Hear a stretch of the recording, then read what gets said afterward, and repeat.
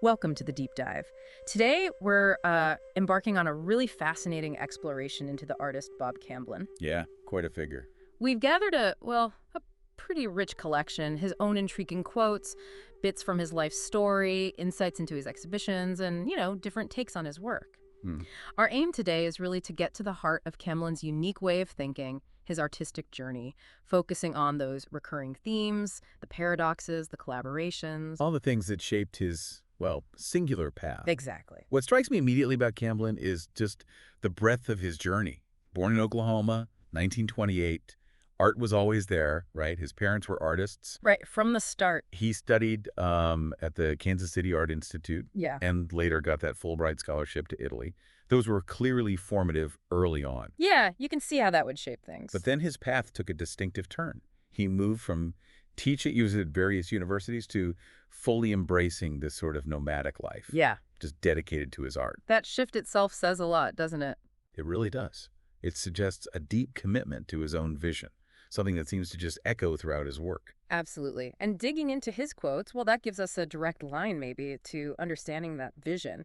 Let's take his thoughts on time and permanence. Fortunately, some things remain forever, or another 10 years, perhaps. Yeah.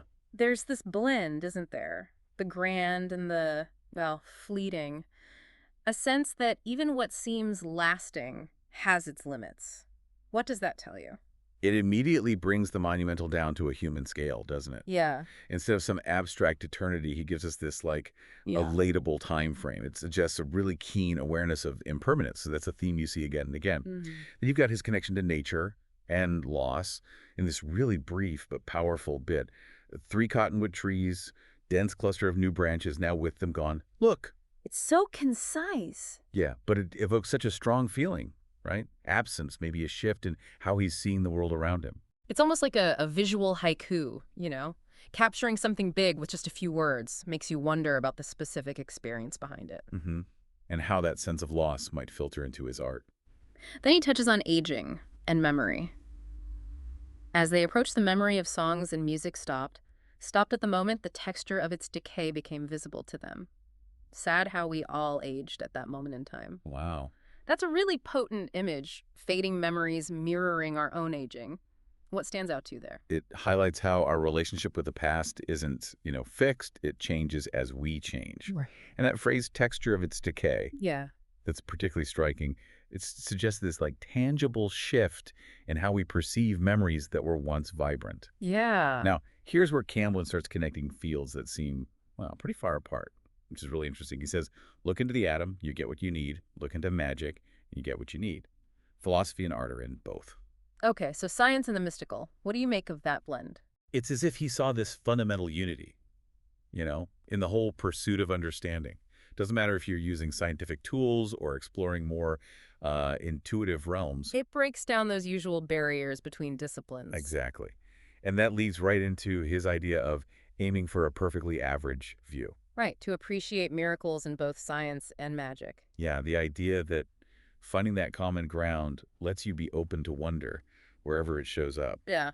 How does that connect with his other thoughts? It feels like a rejection of extremes, maybe? Favoring a more nuanced view, like that smear between the whiteness and the blackness he mentioned somewhere else. Yeah, finding the extraordinary in the ordinary. And his definition of the sixth sense as being, without a doubt, senza dubio, that really cuts through the usual mystical stuff about intuition, doesn't it? It does. It becomes about conviction. A deep certainty, yeah. Yeah. Beyond just rational thought. Almost a call to trust that inner knowing. Then we hit this really poignant line, that tension between maybe aspiration and earthly ties. Bright day and I soar, how cruel that my soul is attached to this earth and yet.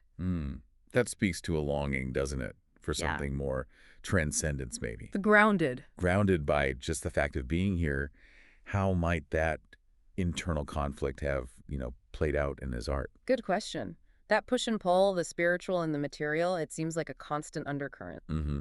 And his emphasis on self-honesty is pretty direct. I cannot tell a lie to myself for very long. Yeah, for very long. Find something in nature that completes you and then surrender. That final instruction, surrender to nature after finding connection. What's that suggest about his relationship with the natural world? It sounds like nature isn't just something to look at, but a source of truth, something to yield to. Yeah. He then offers this distilled philosophy, The light is all you need.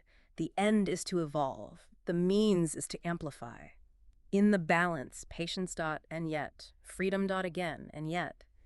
In silence, the reality can be maintained. Wow, there's a lot packed in there. Right. Short, almost poetic statements. Absolutely. It hits on these fundamental things: existence, art, the primacy of light, the drive to evolve, amplifying things, that balance between patience and freedom, And silence. and finding clarity in silence. Yeah. And then that shift, love evolving into indifference as a form of protection. That's uh, complex, a bit guarded, maybe. It definitely sounds pragmatic, maybe even a survivalist take on how vulnerable connection can make you. Mm-hmm. Then he champions finding the sublime and the ridiculous. And looking for the forgotten. Yeah, that really speaks to a specific way of seeing, doesn't it?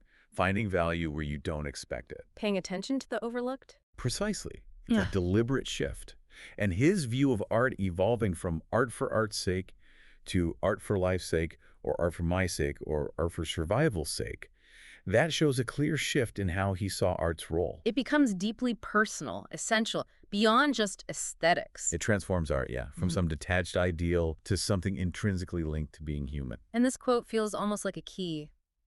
Step off the train of thought, to find the power that is no power, to do the work that is not work, to laugh the true laugh. Bending is not bowing. There's a real echo of Eastern philosophy there, right? Oh, definitely. Finding strength through non-resistance, transcending that linear logical thinking. To get to a deeper understanding. And a real joy. Exactly. And then he contrasts balancing being with being for against and mentions missing the clouds. It sounds like regret, maybe, for getting caught up in opposition. And overlooking the simple beauty around us. Yeah, that image, missing the clouds, it's so simple but evocative. It really makes you stop and think about what we might miss by focusing too much on conflict. He also has this piece of advice that seems straightforward. When you think, don't act. When you act, don't think. Mm. It emphasizes being fully present in whatever mode you're in, avoiding hesitation or impulsivity. How might that have influenced his creative process, do you think? Maybe it speaks to focus intention, whether you're thinking things through or actually, making the art. Right. And that anecdote, him listening to people talk about changing the world, then just quietly paying 21 cents for his coffee and leaving. Huh, yeah. That really grounds him, doesn't it? Despite all these deep philosophical thoughts, he's firmly rooted in everyday reality. It's a wonderful picture of his practical side, mixed with the abstract. It highlights a certain humility, maybe. Yeah. A quiet comment on grand pronouncements. We also see his poetic side in observing nature, the cosmos waving with tree leaves, sunlight reflecting greens, rain-soaked willows bringing him to his senses. The slow walk affecting the wind. He clearly had this deep sensory connection to his environment. These moments show a keen observer, someone really attuned to subtleties. Suggests nature wasn't just a backdrop, but an active participant in how he understood things. And valuing a profound, singular joy, there is one joy that exceeds all other, and that's all I'll say. That hints at something deeply personal, maybe even something you can't put into words. Makes you wonder what that joy was and how it fueled his work. It suggests a core feeling that's beyond just articulation, deeply felt. And this statement feels so typically artist. Much better than arguing as to look at my watercolor palette. Ah, yes. It's a gentle but firm assertion, isn't it, of the value of his chosen way of expressing himself. Maybe a quiet frustration with words sometimes. Speaks volumes about where he found his truest communication. Yeah. His thoughts on perceiving white and black and addressing Mother Nature directly? Well, that's enough about me, Mother Nature. Let's talk about you. What did you think of my last picture? There's this real humility mixed with a playful, almost childlike connection to something bigger. That direct address is quite striking. It really conveys wonder and this direct, unpretentious engagement with the natural world. Then we get these seemingly random thoughts crashing together. South Boulevard and Mandel, a girl in a white dress, a Jomo board, Mother Nature, painting, haiku. It's like a snapshot of his consciousness, right? The diverse stuff that might feed his art gives us a glimpse into the raw material. Highlights how disparate things can collide and spark something new creatively. Mm-hmm. And his different responses to pessimists and optimists are quite revealing. To a pessimist, you're absolutely right. And to an optimist, it's a banana. It's this humorous way of deflecting extremes, injecting absurdity into rigid views. A clever way to disengage but still make a subtle point about complexity. Exactly. It's memorable, too. He also wonders about how people appear as they move away, diminishing in eyes, mind, relativity. It's a thought-provoking bit about perception and distance. And the paradox of trying to stop arguing, creating an argument, that's very human, isn't it? Oh, definitely relatable. Yeah. Speaks to how hard it is to change ingrained patterns, even when you want to. And his distinction between learning through argument or agreement versus true communication, that's significant. He seems to suggest real understanding is deeper than just winning a point or finding common ground. Like a deeper exchange. Yeah.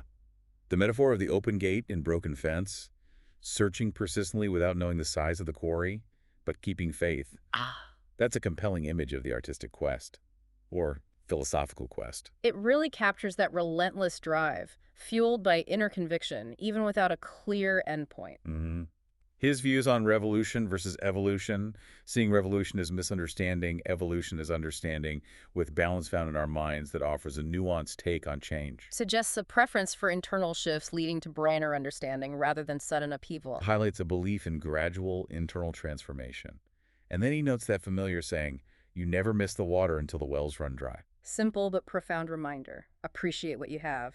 We also see more of those haiku-like observations, starlings, broken branches, and personifying clouds circling their tower.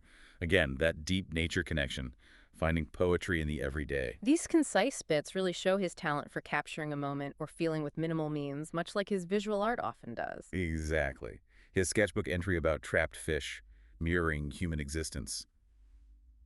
That's a poignant reflection on our own limits, our circumstances. And the whimsical thought of being reincarnated as a shining fly adds a touch of lightness, doesn't it? Wonder amidst thinking about life and death. It's a lovely image of transformation, with this sense of hopeful freedom. Then we have all those poetic nature descriptions, darning needles, bleached canvas, fall, feathered pharmacos, sandpiper, Summer waves, green rocks, purple leaves. first child, strange mirror.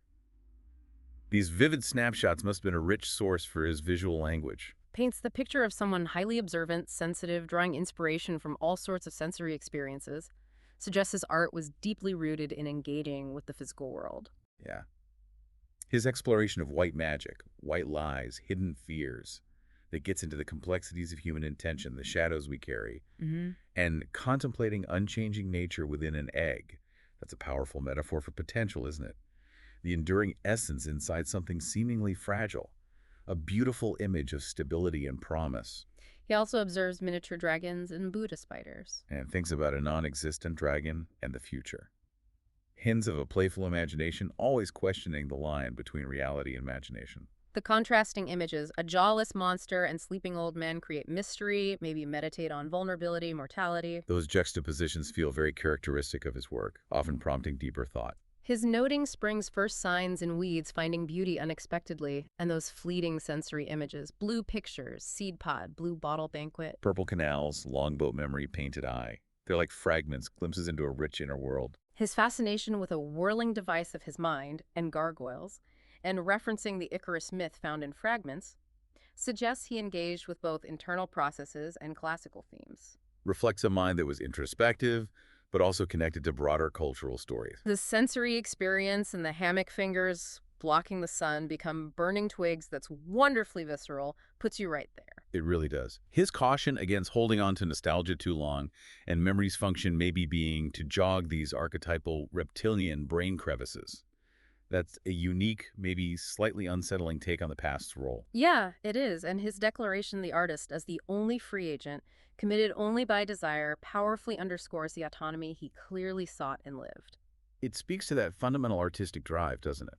For self-determination in creating. His prediction of participatory art seems remarkably ahead of its time, considering where things have gone. Definitely prescient.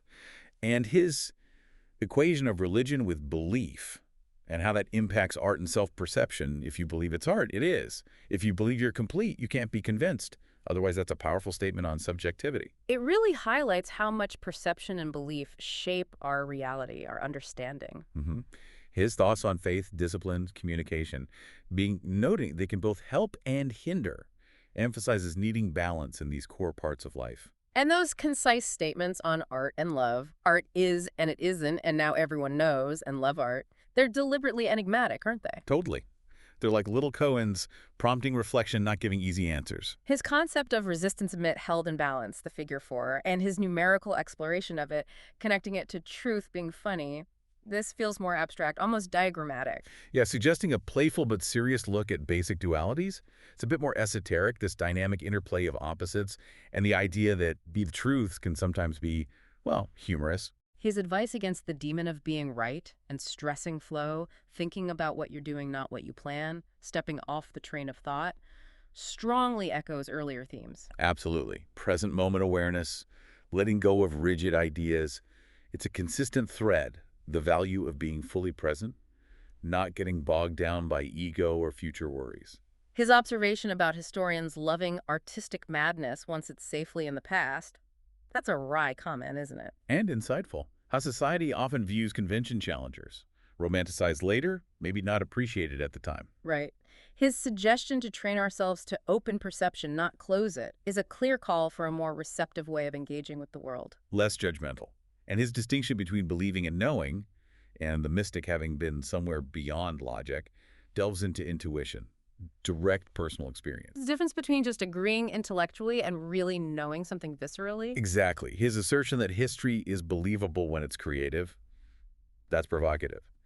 About historical narratives suggesting storytelling is crucial to how we understand the past. And his views on awareness, familiarity, creativity, how they soften shock, allow participation, enable us to go beyond highlights, how these things are linked in our engagement with the world. It's a process, right? Active engagement fosters understanding and potential innovation. His definition of cynicism as destructive creativity is a sharp critique. Negativity without constructive outcome. And his belief in universal creativity being lost through over-understanding. That's poignant. The potential stifling effect of too much analysis. A reminder to keep some wonder, maybe. Not dissect every mystery. Good way to put it. His concept of pushing up slow-willed effort, accumulating small actions without self-reproach, speaks to the dedication and patience needed for meaningful creation. And framing action, draw, teach, search, reveal, in paradox suggests they're interconnected, maybe cyclical. Each informs the others. Yeah, in unexpected ways. His critique of contemporary art, its potential over-reliance on history, critics, affluent culture, advocating for a return to naivety, direct engagement with aesthetics. That's a strong statement about potential pitfalls in the art world. And his analogy of a critic as a legless man teaching running. Wonderfully sharp. Humorous critique of detached intellectualizing. A very vivid image. Speaks volumes about the potential disconnect between theory and practice.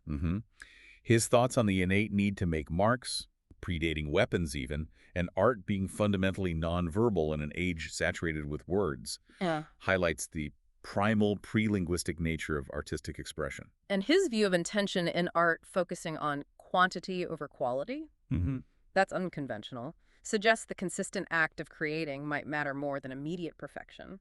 Interesting idea. His comparison of artists helping historians to adults helping kids find Easter eggs. That's rather self-deprecating, but maybe insightful about the artist's role in the historical interpretation. And his warning about facility being like the Midas touch. Right. Potentially leading to sterile perfection without soul. A caution against getting too focused on technical skill at the expense of real expression. True artistry being more than just technique. Exactly. His suggestion of a link between empty art and excessive critical effort. It's a rather cynical take, isn't it? Attempts to inflate less meaningful work with intellectual justification. And his statement that visual arts have become, in a way, non-visual. That's a provocative paradox. Maybe pointing to too much emphasis on concepts over just sensory engagement. Could be. His description of Zazen as aimless mind-focusing is concise and accurate. And his encouragement to play the art game fearlessly, questioning fear and doubt when drawing. That's a powerful call for uninhibited creative exploration. It's about embracing the process without judging yourself. His categorization of drawings by purpose action experiment, slow analytic, conceptual, and emphasizing their non-verbal nature gives a useful framework for his own drawing practice. And his thoughts on haiku, simple words, big reaction connects to his broader interest in eliciting deeper nonverbal responses through art. Suggests art, like haiku, can catalyze experiences beyond its immediate form. His idea of finding your own mystic switch, that personal truth indicator, and knowing truth itself evolves, underscores the subjective, changing nature of understanding. And his advice on seeing, failing, succeeding, being interconnected, and the value of process and awareness over the outcome, that's a powerful guide for any creative work. Emphasizes the journey. It's focused on learning and growth through doing, not just the result. His connection between writing, starting as pictures and syntax, sometimes hindering nonlinear concepts, plus his idea of recreating rather than just drawing right, points to maybe frustration with language limits. And a desire to return to a more intuitive visual mode. He seems to suggest our structured, logical thinking, shaped by language, can sometimes get in the way of more holistic, intuitive understanding. Hmm. His observation on how drawing, reading, music engage the rational mind, while the Zen mind allows for hunches, inspiration, solutions, highlights different modes of consciousness and creativity. And urging us to resist just learning in favor of failing, relaxing, feeling, truly thinking. That's a radical call for a more experiential approach. Less prescriptive to art and life. It's about unlearning, allowing a more intuitive, embodied, creative process. His understanding of the Zen saying always being Buddha, but forgetting that's a profound insight into our inherent potential. We already have what we seek. Yeah. And his view of mirrors, the magical idea that everyone we meet reflects parts of ourselves, speaks to interconnectedness, self-discovery through interaction. His metaphor of the jump fish not knowing water, bird not knowing air, beautifully shows how immersion can blind us to our environment's essence. Very true. And contrasting magic for power, negative, versus magic for seeing positive, provides a compelling way to think about motivations, behind art, behind seeking knowledge. Is the goal control or deeper insight? Right. His description of real seeing, art being only partially retained, like a whirlpool of relationships. That's a complex, evocative way to describe perception and memory. And his imperative, fool the eye, fool the mind. A concise statement of the artist's power to challenge and expand our understanding by engaging us on multiple levels. It's about art that goes beyond just representation, engaging our minds and perception in surprising ways. His reflection on the artist's dilemma in a culture valuing disposability, novelty over substance, technique coupled with considering the freedom of anonymity, speaks to the unique pressures artists face. The paradoxes. And lamenting the oversimplification of symbols like yin and yang into just decoration. Yeah. Referencing the symbolist's idea that explaining kills something profound warns against reducing meaning. Losing the mystery, the nuance. Exactly. His bittersweet view of communications, how wonderful and how sad, acknowledges the potential for connection, but also the limits of truly understanding each other. And his hope for diverse artistic intentions and forms continuing, despite influences, speaks to the enduring power of individual creativity, a wish for ongoing originality. His concept of a standard sign against the sunset, known only to Wei, highlighting how hard it is to transfer deep understanding without shared experience, touches on the personal, often incommunicable nature of insight. And contemplating white, dried elements, dead nature, brings us back to those recurring themes. Impermanence, observation, life cycles. His reminders for making the best of things, no mistakes, do your best. Mistakes as nature's guidance offer a surprisingly accepting, optimistic philosophy. And his unique take on pride goeth before a fall, reversing cause and effect. Yeah. That's a clever, unconventional twist, challenging traditional causality. His analogy of two hologram bits, arguing instead of cooperating beautifully, illustrates needing to see interconnectedness, the bigger picture. And his cyclical view of chaos and order reflects a dynamic, shifting universe. His hologram concept, interconnectedness, clarity beyond limited views, is a powerful metaphor for a more complete, shared understanding of reality. And approaching an edge of real time, awaiting necessity, has this sense of anticipation, trust in events unfolding, readiness for what's next. Being present at a crucial point, his different ways of seeing the universe, finite, steady, higher order all at once, and his view on solipsists, maybe misunderstanding themselves, delves into big questions of cosmology, consciousness. And his profound idea of living in past, present, future through awareness of history, all to dream of how it works and express ourselves with limited means, offers a powerful take on the human condition, the drive to understand our place. His concept of time travel at the speed of enlightenment, beautifully poetic, transcending time through deep understanding. And comparing a hawk's freedom with a snake's patience, the complexity of the path of least resistance for humans. Insightful reflections on navigating the world, our unique challenges. His metaphor of the way back, through silence, melting rocks, infinite space, eternal time to a return point, a cycle of action, connection, offers a beautiful, cyclical view of existence. And the brief anecdote about Louis Sullivan in a broom closet, the Irish meaning of honor, adds a fascinating personal cultural touchstone. His contrasting wooden and gold crutches, the tension between futility and provocation, urging freedom, Dolce far niente, a final call for liberation from unnecessary burdens. And then we get into his quotes to section, starting with that striking image. A phoenix frozen in a salty shell. Powerful metaphor, right? Yeah. Potential trapped, suppressed, frustration of unrealized possibility, harsh realities hindering rebirth. His reflection on revealed meaning being an empty ribcage of sand true meaning is in living profound statement on experience over intellect. And contemplating the universe folding back on itself, waiting for a cosmic pulse, a breathtakingly vast perspective. The Salt Lake City 1966 attribution grounds some of these abstract Right. thoughts. And then we find quotes from all these diverse thinkers he clearly resonated with. Starts with Shinichi Suzuki art, expressing personality, artist's responsibility to humanity. These curated quotes really give broader context for Camblin's own thinking, shows his engagement with a wide range of ideas. Alan Watts on interconnectedness in forests, the idea weird, the vastness we see through telescopes, underscores unity, transcendence. William James, revelation and belief creating fact, highlights conviction shaping reality. Jean-Paul Sartre's existentialism, being in itself, inescapable thought, resonates with Camblin's themes of existence, self-awareness. The Zen proverb on limits of words for true understanding echoes Camblin's own emphasis on nonverbal art. Henri Bergson's intelligence as tool-making, needing intuition for deeper reality, aligns perfectly with Camblin's interest in understanding beyond pure intellect. Bergson's ideas on the unconscious, perception freezing reality's flow, further eliminate Camblin's concerns with perception, the fluid nature of things. Pierre Teilhard de Chardin on satisfaction and giving to others, our shared creation, resonates with Camblin's collaborative spirit. Jean-Baptiste Lamarck on habit formation, subtle changes in organisms, touches on evolution, transformation themes in Camblin's work. Arthur Koestler on courage, creativity's self-discovery, originality, creativity beyond language, all connect powerfully with Camblin's artistic ethos. Carl Jung's insights creative work from fantasy, irritation leading to self-awareness, cosmos and chaos, play and creation, debt to imagination, mind's pendulum, knowing versus believing offer a deep psychological frame for Camblin's impulses.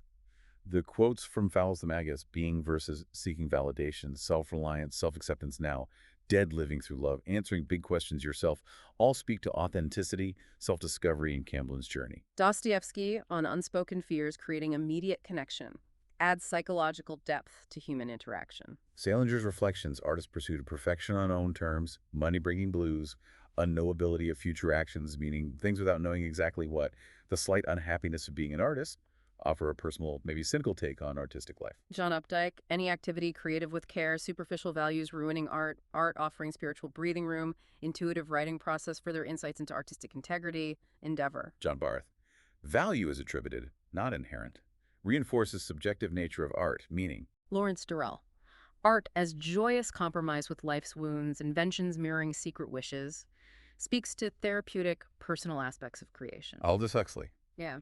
consistency contrary to nature, life, underscores embracing change, fluidity. And then Camblin's own ecology of art reflection, powerfully urging artists to follow their own paths, suggesting their vital role in nature's balance by just being authentic, resisting societal pressures. His stream of consciousness, bit-dissolving images, will to believe, tiring logic, mirage of a goal, elusive quality of his own truth versus certainty in others' work, offers a raw, introspective glimpse into his internal struggles, constant questioning. Really gives a sense of the inner turmoil and inquiry behind his art. His reflection on the conflict of creating unique, intimate art in a consumerist, shock value culture, questioning compromise, highlights the challenges he faced in a changing art world. We also have the mention of his 3 years teaching at Rice. Followed by that wonderfully blunt metaphor. The ego is a goldfish's shit, consistently present, often overlooked. Huh. A strikingly honest image. Now, let's touch briefly on his significant exhibition history. The bio details numerous shows across the U.S., indicates substantial presence, recognition. His collaborative spirit is also really clear. B&E Productions with Earl Staley and Joe Tate, Holding firm. and later partnering with Nancy Giordano on Mushas Volantes. These collaborations seem crucial to his development, suggests a willingness to engage with others, explore shared territory. Absolutely. This collaborative side underscores his openness, challenging notions of artistic solitude. Moving to recurring themes, we find a fascinating mix. Figure 4 traps. Symbolizing entanglement, paradox. Maybe tattooed arms hinting at stories. Stillness of frogs, contemplation. Hmm? Transformation, recurring paradoxes, illusions, disappearance. Various traps, literal and A metaphorical. sense of profound stillness. Hmm. Symbolic blends of Zen, I Ching. Archetypal themes tapping into universal experiences. Metamorphosis, scarecrows, lobster shells, puppets, larva shells. Wordplay too, hidden meanings woven in. And his ambition to remake Goya for the 20th century reveals engagement with art history, wanting contemporary resonance with past masters' concerns. It's a rich, complex, visual language he kept revisiting. Turning to critical perspectives. The review of the art of everything, calling his drawings questions and paradoxes made visible. That really nails a central aspect. The foreword to Zen and the Art of Enlightenment, connecting his work to art history, Zen, I Ching, emphasizing intuition, interconnectedness, active contemplation, highlights the philosophical depth. Describing him as iconoclastic and enigmatic, work scarce but sought after, speaks to his unique position, enduring intrigue. Charlotte Moser noting a style shift over time indicates evolution, exploration. Eleanor Freed highlighted his fascination with life cycles, metamorphosis, key insight into recurring imagery. Texas Overview noted his distinctive blend of drawing and watercolor. Pete Gershon, calling him a mystical trickster figure ripe for rediscovery, perfectly captures that elusive, thought-provoking persona. George Jackson Jr. described his art beautifully as a book to be read, Camblin as a distillation of art striving for purity, insightful framing of his intentions. Earl Staley's personal reflections emphasized the profound impact of collaborating with Camblin, the lessons learned. Penny Serling highlighted his questioning nature, love of collaboration. Carolyn Farb noted autobiographical threads, the underlying joy in his work, and the Southwestern Historical Quarterly Review balanced his art and personal life, showing how intertwined they were. Earl Staley's personal account offers a particularly moving perspective, doesn't it? Friendship, artistic partnership. Yeah, his recollections of their shared studios, forming B&E Productions, holding firm, collaborative shows, Camblin leaving teaching at Rice, leaving Houston, the lasting impact of their connection gives a profoundly human dimension to Camblin's journey. Staley's description of Camblin's later place as a treasure tableau of the curious and outrageous really brings his unique personality to life. It paints such a vivid picture of his singular way of being. Finally, let's just touch on that Venice 1958 YouTube video mention. The narrator's interpretation, mothers and children, holding on, letting go, the space between fluid yet unbreakable love. It resonates beautifully with the broader themes we've seen in Camblin Impermanence, finding meaning now. It's like a visual poem reflecting his core concerns. It serves as a poignant visual meditation on those very themes.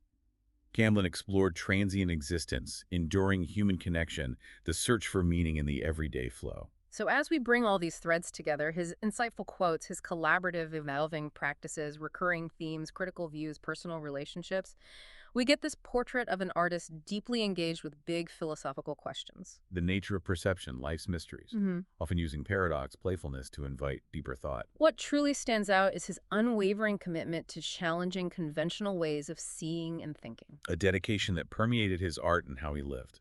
Absolutely. So, to summarize our deep dive on Bob Camblin, an artist-defying, easy categorization, embraced collaboration, constantly evolved his style, embedded layers of meaning and paradox that still provoke thought. His words show a restless, insightful mind, grappling with big questions. His nomadic life underscores his commitment to a unique, uncompromising vision. And ultimately, his legacy isn't just the artworks. Right. It resides in the enduring questions they pose, the contemplative spaces they invite us into. That's a perfect way to put it. And on that thought, maybe consider Camblin's approach not as giving answers, but posing compelling questions. As you go about your day, perhaps adopt a similar curiosity, look beyond the surface. Find your own mystic switch. Exactly. Spark deeper understanding, appreciation for the beauty and absurdity around us. What train of thought might be good for you to step off today? Thank you for joining us on this deep dive.